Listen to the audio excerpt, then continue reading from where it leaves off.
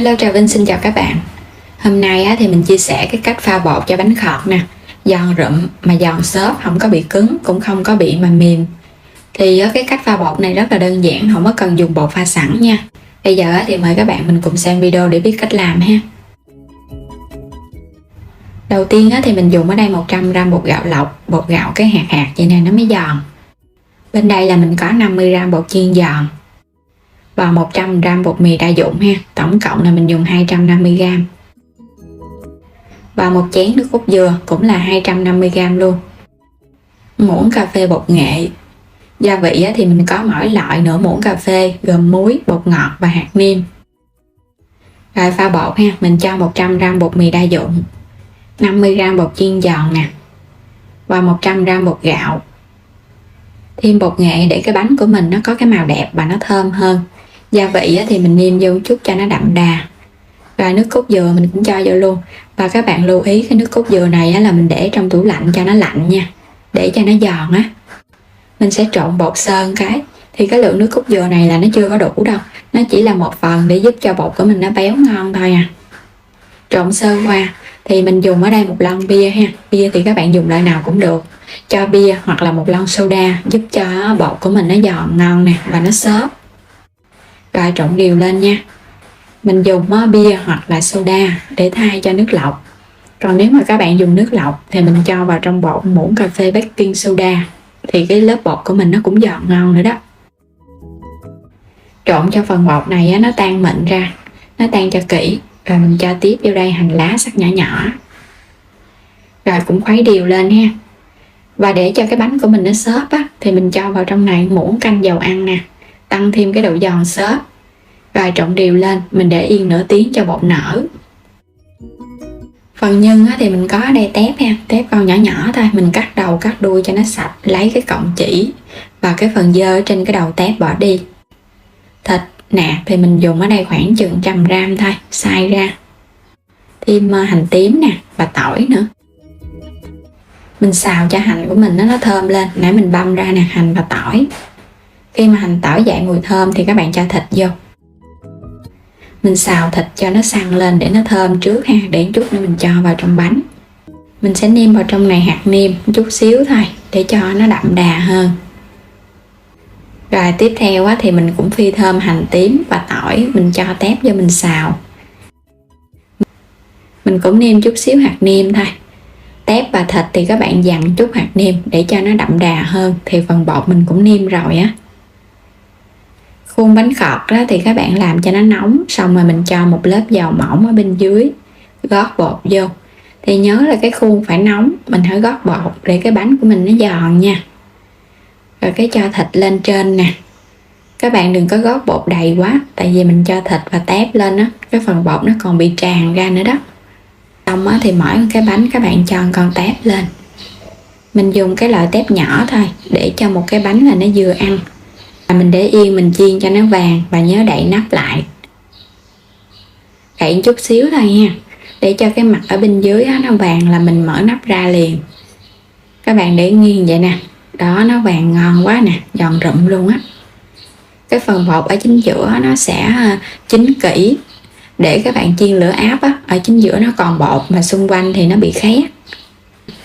Rồi cái mình gấp nó ra được rồi. Các bạn đừng có chiên lâu quá sợ nó khét á.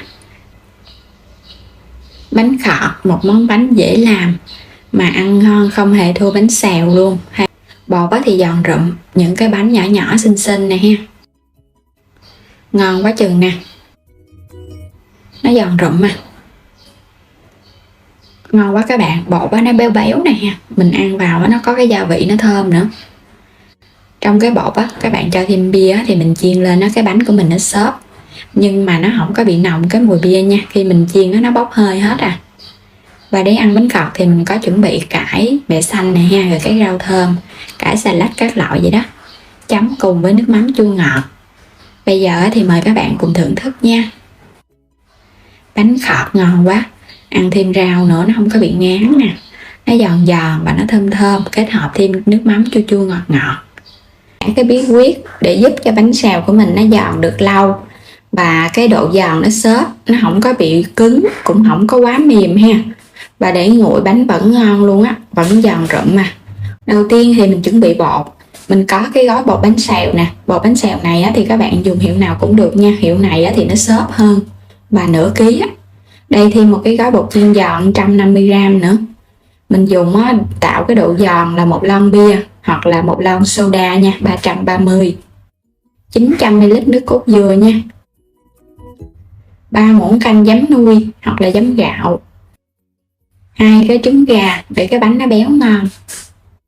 Thêm gia vị thì mình có muối, bột ngọt, hạt nêm, mỗi loại là 1 muỗng cà phê. Thêm muỗng cà phê bột nghệ nữa nha, cho cái bánh của mình màu sắc nó sẽ bắt mắt hơn.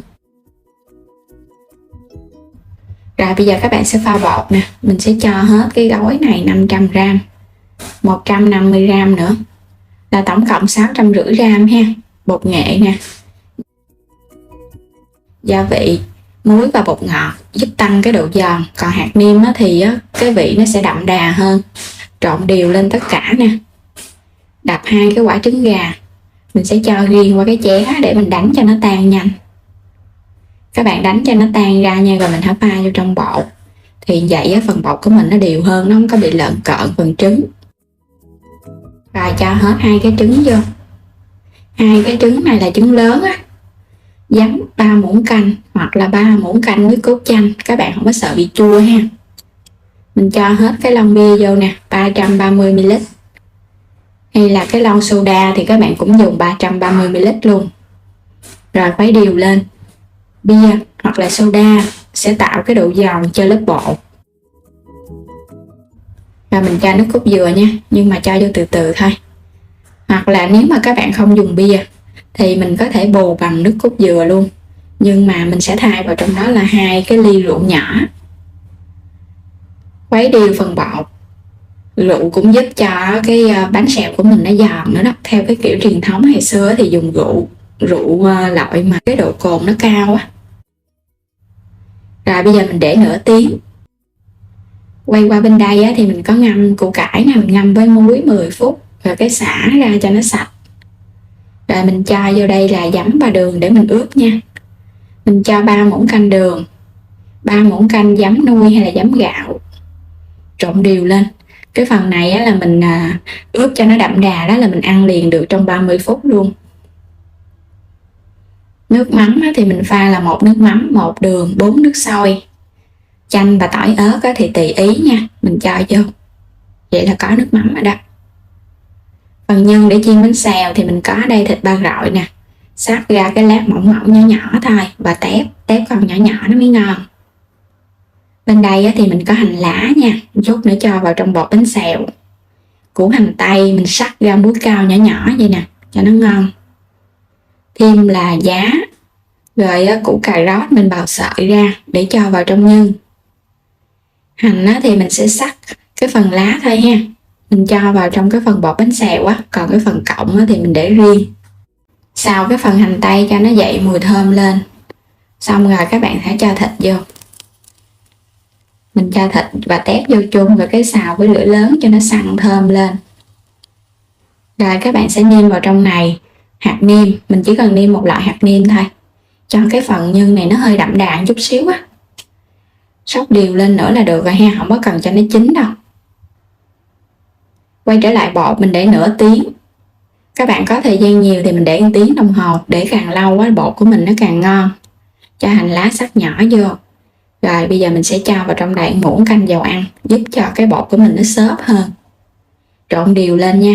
Nãy giờ mình để nó nghỉ nó sẽ bị lắng ở dưới đáy á. Cái chảo chiên thì các bạn nhớ mình làm nóng chảo. Rồi hãy cho dầu ăn vô. Rồi hãy cho thịt và tép vô. Khuấy đều cái thau bột lên. Rồi cái mình múc bột cho nó đều từ bên dưới ở trên luôn nha. Rưới đều xung quanh cái chảo phải thật nóng. Chiên bánh xèo là chảo phải nóng. Mình cho bột vô mình nghe được cái tiếng xèo thì bánh xèo nó mới giòn. Còn chảo không nóng cũng giảm cái độ giòn nữa. Cho giá nè, hành tây và cà rốt. Rồi đậy nắp lại chút xíu. Không có cần đậy nắp lâu đâu. Mình đậy nắp cho cái phần giá nó chín nè. Rồi cái rưới dầu xung quanh cái chảo. Các bạn lúc này thì mình để lửa vừa thôi ha. Cho cái bánh của mình nó vàng đều và nó giòn xung quanh cái viền. Sẽ kiểm tra nha, xung quanh cái viền bánh nó vàng đều chưa. Rồi mình thấy nó dàn vậy là được rồi ha. Các bạn sẽ gập bánh lại. Cái bánh đầu tiên á, thường nó sẽ không có giòn bằng những cái bánh tiếp theo đâu. Mình sẽ lấy nó ra. Rồi tiếp tục cái bánh thứ hai, tại vì cái chảo nó chưa có nóng đều á, thường là cái bánh thứ hai trở lên á, bánh nó mới giòn ngon. Cũng cho giá vô, rồi cái mình đậy nắp lại chút xíu nha, cho phần nhân này nó chín.